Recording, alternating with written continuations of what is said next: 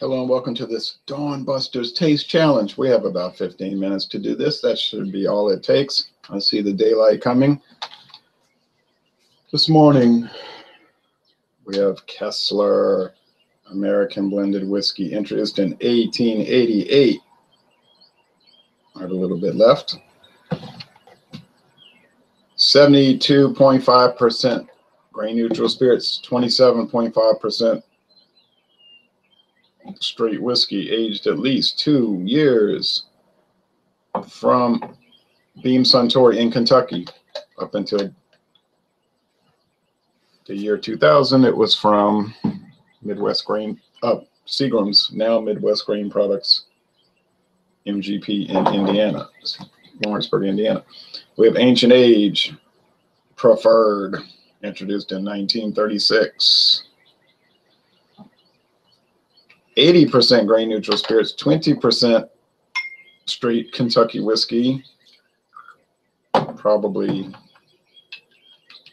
Ancient Age bourbon. It's aged at least 4 years. Might be a very old Barton.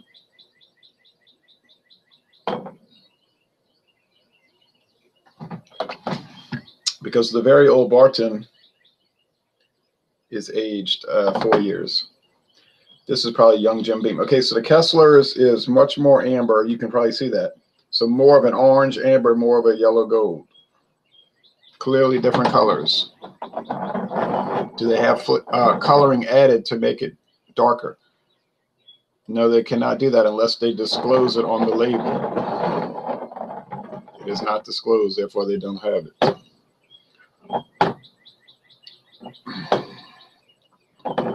So two old brands. Well,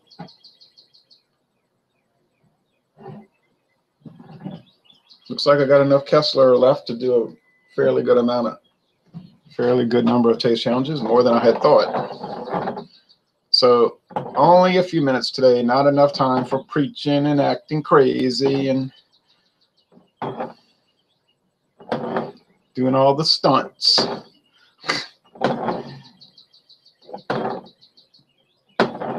And the rambling on.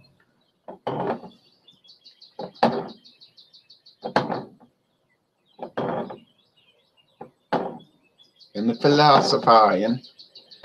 philosophicalizing. I had a good time yesterday with a fellow beer reviewer, Tanya Makowski of California.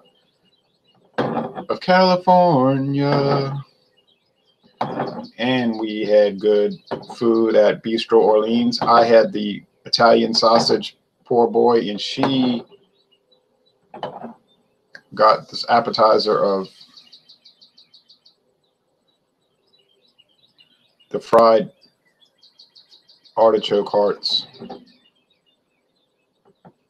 with some tomato dressing, tomato sauce dressing in it. And she got the chicken and andouille gumbo. She said it was very good, and I had the like I said, I never had an Italian sausage po' boy before. And then we went to Abita Brewing, took a tour. It was pretty good. Once you go to Anheuser-Busch and tour that huge place, then the smaller tours are it's just tiny, And then they showed us this special machine they have. They said they're the only brewery to have it. It's called a Hop Forge. Then they had it specially made for them by a German company. And then went to Big Branch Marsh National Wildlife Refuge, and then after we ate, I went the wrong direction. I guess I was too tired or something. I went west on 190 instead of east, so I had to backtrack and go back down the causeway. I was so mad at myself. We went back to New Orleans to the Bayou Sauvage National Wildlife Refuge, went on the trail there, and then I wanted to come back on the old Gentilly Highway, and we went down half of it, but then the western half of it seemed like it was a half abandoned, half overgrown, and flooded even. Tanya was getting scared, like, what's going on? Is this man a crazy killer, and it's taking me into the deep woods to kill me? I was getting worried too. I was like, what's going on with this highway? So we just backtracked a bit and got on the regular, the regular road. I showed her around the French Quarter. She didn't seem too thrilled with that. It's like, oh boy, another tourist area with a bunch of T-shirt shops, and we could buy crummy gifts like in Fisherman's Wharf in San Francisco. So I said that's largely what it is on a lot of bars where people go drink. I mean, like there's no bars where they're from, you know, but there's historic buildings in that area too, with the Historic New Orleans collection. So she might have gotten a bad impression of it driving down Decatur Street, but you know, whatever. I think she preferred Uptown. Okay, with the nice homes and the gardens, you know, and all that, instead of the tourist. Like, you know, people go on vacation, they want to buy all this junk, T-shirts and cheap necklaces, and pay all kind of a fortune for it. I don't do that. It's just such a waste of money. Okay, but enough of the travelogue. I made some videos at the brewery. Don't worry, I've got some videos.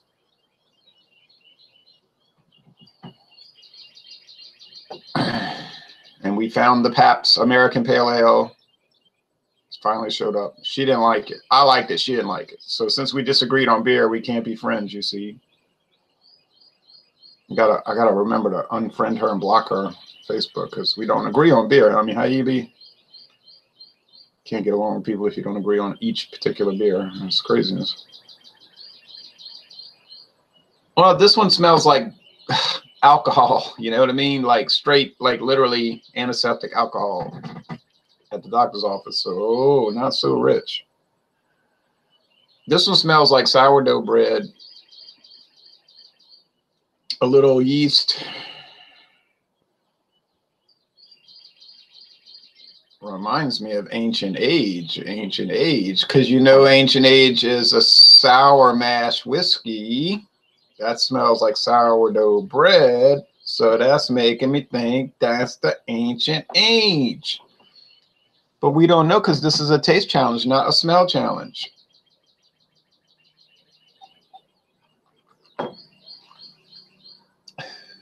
She wanted to see an alligator, but it hadn't been raining for a few weeks, so it was so dry. We didn't see any alligators. Saw a lot of rabbits, and carpenter bees, and birds. That one is just like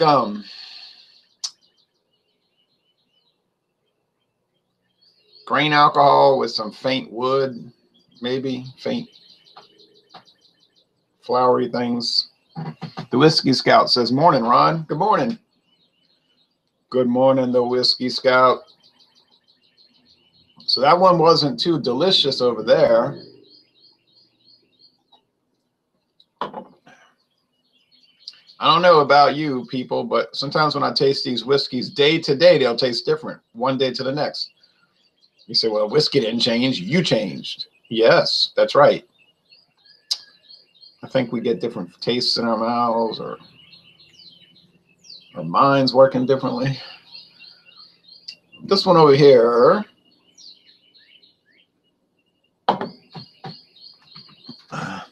Got to make sure I'll get the news on at 6.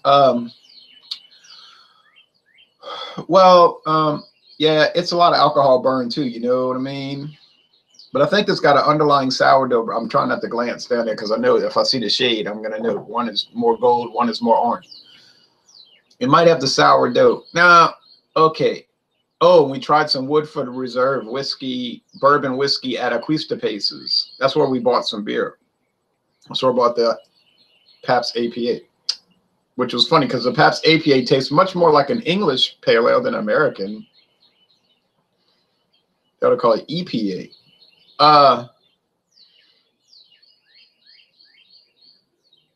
And the Woodford Reserve was very good.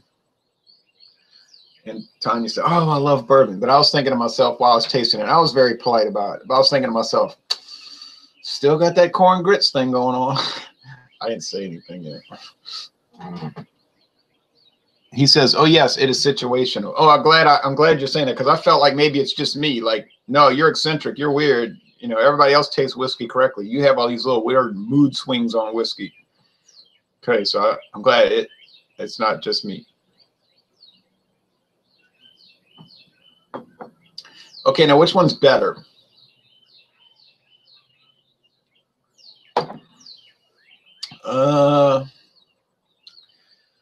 Well, They're the same price, so let's remember that. I guess the one to the right is a little better. And I mean, that is a marginal thing. And I mean, it's so minimal that it's practically non-mentionable. You know what I'm saying? Like, if I was going to buy one or the other, and one was $7.99 and the other one was $8 even, I would just save 2 cents and buy that $7.98. And I'm entirely serious about that. That's how minimal the difference is. So let's be on the safe side and say it's a tie. Okay, it's really, this one is just the slightest little bit better, but it's so minimal that it's really a virtual tie. Okay. Now the big question is which is which. Oh, I was hoping people would notice that. I gotta start uploading some videos today for all the, we had a B-Tech. Amber, the Boot, Andy Gator, what was that other one we had?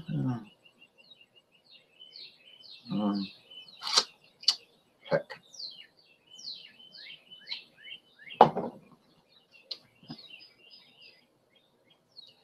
We had one that was tastes like an old fashioned, which she loved that one. I never had it. I thought it was all right. I liked it, but she really liked it. But that's, you know, people like different things. All right, I'm going to say this is Kessler, but I'm not super confident in that. But it is Kessler. Now, your argument might be, well, it's 50-50 shot anyway. It's only 2 whiskeys, so what does that prove? Oh, I never said these challenges proved a whole lot. I just said that they're interesting when you can kind of taste little subtle differences. I don't think these taste challenges prove much. They prove, I think, that they don't all taste identical, though. Neither the lager beers. They're similar. They're hard to break apart.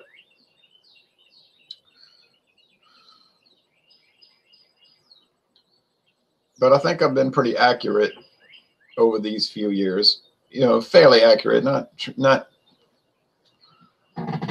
wouldn't say impressively accurate. Oh, let's call it suitably accurate. But the Ancient Age does have an interesting little thing going here, and I don't know what that thing is. I picked up that with the Canadian whiskeys also from Sazerac. So it could be a house yeast strain, perhaps, that they're using in Canada and the United States, because there's someone talked about a plum wine aspect, and it's got that. Now, Beam, the Beam, they're different. They have like a straightforward, like kind of standard whiskey, but then they do have that cellar mold, that underlying that little mossiness. I don't know where that moss comes from. He says, good job. It is about basic comparisons and what you like. Right. I agree with that.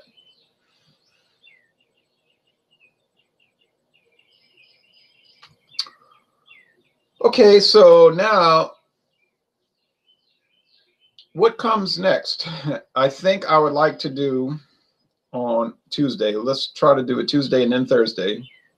I think I would like to do the Kessler against Heaven Hill blended whiskey from Kentucky. And then if I have any left, which I think this should go with at least 2 more challenges, and I think it looks like more like 3, possibly 4, because we're not, people are saying to me, you drink whiskey all the time in the morning. I mean, we're talking about 4 ounces, maybe 4 ounces for the challenges. Now you might think that 4 ounces of whiskey every day is like some tremendous amount. I don't agree with that, but